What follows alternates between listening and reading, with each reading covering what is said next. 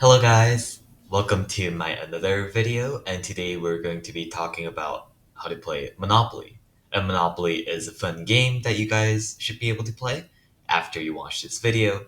And the picture on the right here is the board of Monopoly just as a reference. So it looks pretty fun, right? Alright, let's get right into it. So what is the main objective of the game? What is the goal? Is to be the last one standing. The point is to not get bankrupt and stay financially stable until no one else remains. So, what you have to do is stay financially stable, which means that you have to keep your money well and make sure that you don't run out of it. And if you run out of money, you're essentially out of the game. So, the last one standing is the winner. Or there are alternative versions of the game, which I'll talk about that later, which is like setting up a time limit and let's say under an hour, who has the most money wins the game, and just to make the game run faster.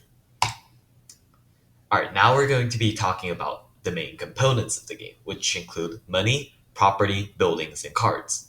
So, money is the main component of the game, and you lose the game when you run out of it. So, it is very important to have a lot in hand just in case if you lose them or want to buy a property. So, the picture right here is the money, and of course, it's just a monopoly money, so it's not an actual money, so don't barter with it. And second is the property. Property is also as important as money. So this is the only way for the player to take the money from their opponent. So when your opponent lands on your property, you take their money depending on the value of it or the buildings. So the value and the money that's supposed to give to each other is written on the back, which I'll talk about that later as well, about the pricing and about if you land on other properties, the other opponent's properties. So I'll talk about that later as well.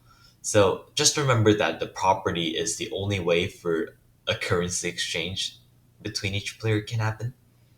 So you lose money when you land on others' property, and you gain money when others land on your property. So the third is buildings on the down here.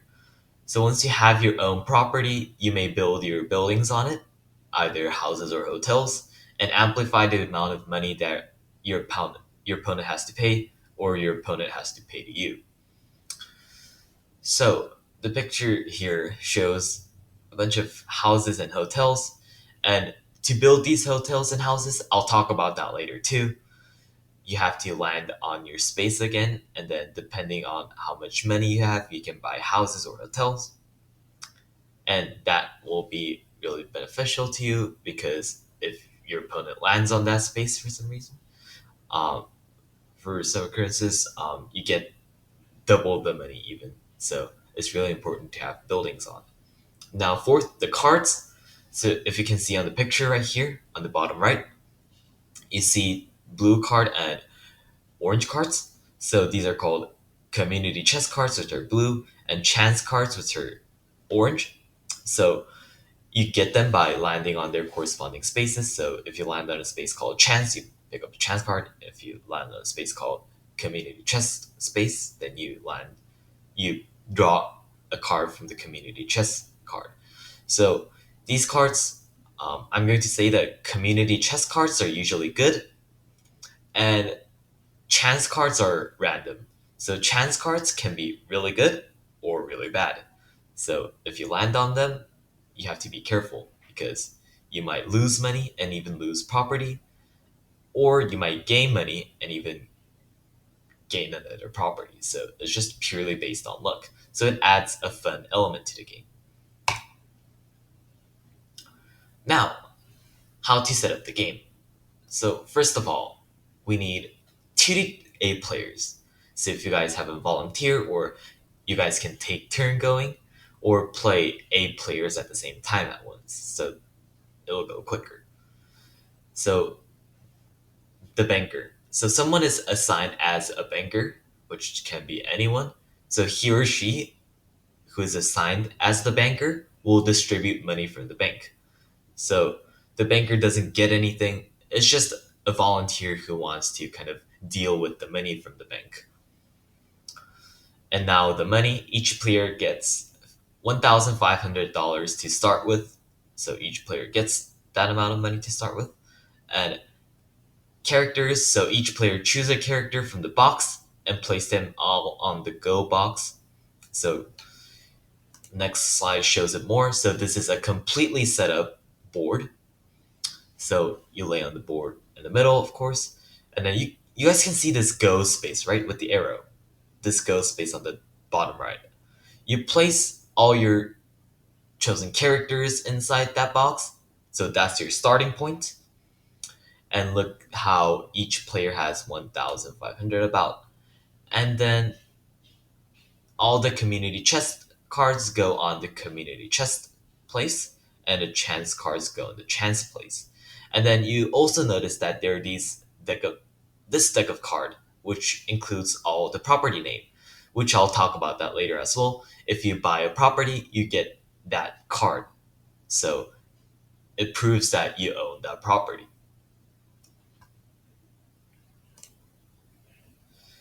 Now, after you completely set up the board and the game, you're ready to begin. So, about the gameplay. First, decide on an order, of course, and alternate turns from then. So, it can be youngest to oldest or oldest to youngest, or any order that you decide. I suggest going just rock, paper, scissors. And second, each player rolls two dice and move your character depending on which number you roll. So, just roll, and then if you can see on the picture, the go space points an arrow towards the left. So, this is the space you have to go, amount of spaces. So let's say you got six. You move one, two, three, four, five, six. You move your character six spaces to the arrow that is pointing. So it's gonna go all the way around, like loop, and just keep on going like that. Each player does. All right, now third, depending on the space you land, you can decide to buy the property, or rent the property. So find the property labeled card from the property card deck and then take it. So as I mentioned before, there should be a deck of properties. So if you land on here, I landed on 6 Oriental Avenue. So this costs $100 million. I forgot to mention here. This 1,500, it's $1,500 million. So just to keep in mind. So this 100, only just think of it as 100. So I'm going to pay 100 to the bank. So the banker takes it and puts it in the bank. So the bank is just a separate space. That's no one's, it's just the bank's. So you pay the bank 100, and then you take the card called Oriental Avenue from the deck. And that's now your property. But you might ask, what if the space is not a property? So if you can see on the bottom here, on the top here, which is boxed around in red, you guys should be you guys should see like how much money it costs or have to pay. So I Oriental Avenue, which I just bought, costs 100, but this Reading Railroad costs 200 to buy, and there are also this tax which you have to pay 200 to the bank, which I'll explain right now. So what if the space is not a property? So nothing happens when you land in free parking, which is the picture on the right here. If you land on a space called free parking, nothing happens, you just stay there. And let's say you naturally land out in a jail square. So let's say I got a 10 from the beginning. Then I will land in this jail space. But you don't simply go to jail by walking past it. So, it, just in case if you land on a jail space, you put your character on the just visiting place. So you're not in jail when you land on in jail space. You're in just visiting space. You can only be sent to jail by go to jail spaces or go to jail cards when you open up a chance card. Now, just a reminder that only way to escape the jail is to roll a double, which means is that if you roll a die, if you roll two dice, and if the two dice have the same number, you can get out. Or You have to stay there for 3 turns. You can't do anything and let others go. So you're basically wasting 3 turns. Or if you roll a double while you're in jail, then you can get out of it. Now, if you land on income tax, or there should be another tax space here, luxury tax or income tax, you have to pay the bank the amount it asks you to. So income tax here, it asks to pay 200. So you have to pay the bank 200. No one gains it, no one loses. Just the person who lands on loses money. And just again, one more important thing to mention is that you collect 200 from the bank every time you go past the go space. So every time you make a loop all the way around a circle like that and go past the go, which is the starting point, you gain 200. So every time you go past the go space, you gain 200 from the bank. So that's another way to earn money. Another way is just collecting community chests, which, if you're lucky enough, can get money. Right now, fourth. Now talking about more about the property and the buildings. So if you buy a property and make a lap and cross the go space, and if you land on the same property, your own property again, then you can start building buildings on it. So you may build one house, two houses, three houses, four houses, or one hotel. So the price of each houses or hotels are different for each property, so be sure to check it out behind which is located behind the property card. If you can see in the picture in the middle here, this is an example of the backup property card. So behind this property card, for example, I bought a property called Mayfair. So it costs about like I think 400 to buy. And then now I have an option if I land on that space again to build houses or hotels. So if you see on the part where it squared in red, right here on the bottom, each houses cost 200.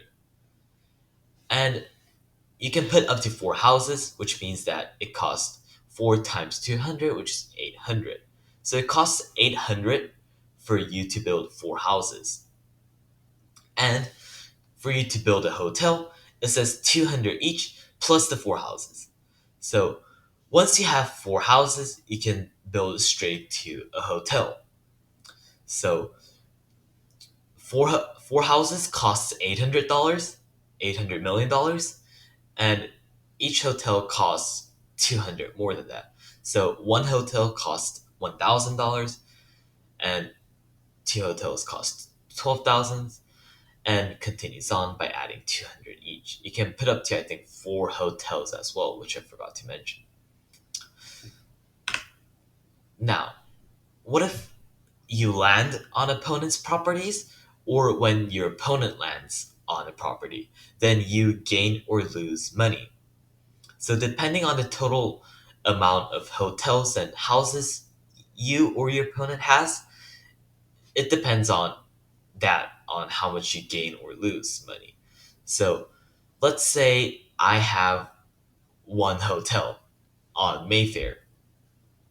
Now, I spent a lot to build that hotel, so when you land on my Mayfair space, then you have to pay 2,000 because I got it with a hotel.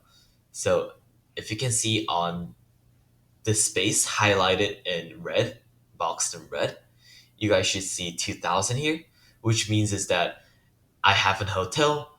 So every time you land on my space, you have to pay me $2,000, $2,000 million, which is a lot of money. And just to know that you have to spend your money wisely, because even if you pay a lot of money to build multiple hotels or houses, that doesn't guarantee that someone lands on your space. So you have to really, it's really often based on luck because you have to roll a die, two dice, and the space depending on the number on the dice is where you land. So just spend wisely, and I prefer like building only one or two houses on the less important ones, and build a couple of hotels on the important ones, which, if you can see on the board, you can tell that prices increase as you go throughout the board. So the first row here, right here, is all cheap. The properties are all cheap, which means is that if your opponent lands on it, that means the gain is also cheap because you bought it for such a cheap price. And you guys can tell that prices go increasing as you go around. So this column, this side here, is more expensive than the first side. And this side here at the top is even more expensive than this side. And this side on the right is the most expensive side. So, which means is that even though it's expensive to buy that property and even more expensive to build buildings on it, the payoff will be worth it because when your opponent lands on it, it's going to be huge. They have to pay a huge amount to you. But just a reminder again, it takes a huge amount of money for you to buy and build the houses. So you have to spend your money really wisely.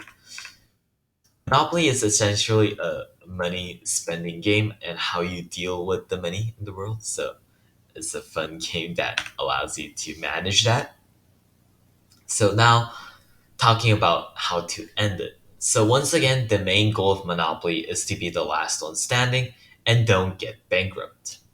So if it takes a long time, just set up a time limit, and when the time runs out, decide who won by considering the amount of money or properties each players have.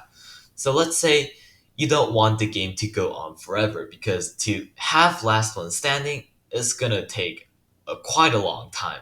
Just promise me. And I usually set up a time limit for an hour and a half. You can even make it shorter, about an hour and 30 minutes, about an hour or 30 minutes. So you guys decide on a time, and when that time ends, then you guys can decide who won by seeing how much each player has money. So the player with the most money wins. And but you have to consider the properties as well because one person could spend a lot of money on properties. So what you can actually do is that you can sell the houses, sell the hotels at the end, and that decides how much money you get. So let's say you bought one hotel for $1,000,000. Then you take 1,000 back from the bank and sell your hotel. And you can also sell your property by selling the amount of money that it took to buy you. So considering all that, the player with the most money wins at the end of the game. Now, thanks for watching, and I hope you enjoy the game. So I personally love Monopoly and I believe it's a really fun game. And I hope you guys really enjoy it too. Because don't take it seriously, it's just a fun financial game, which kind of also teaches you how to spend money wisely on buildings and stuff like that. So thank you, and I hope you enjoy. And I'll see you guys all next time. Bye.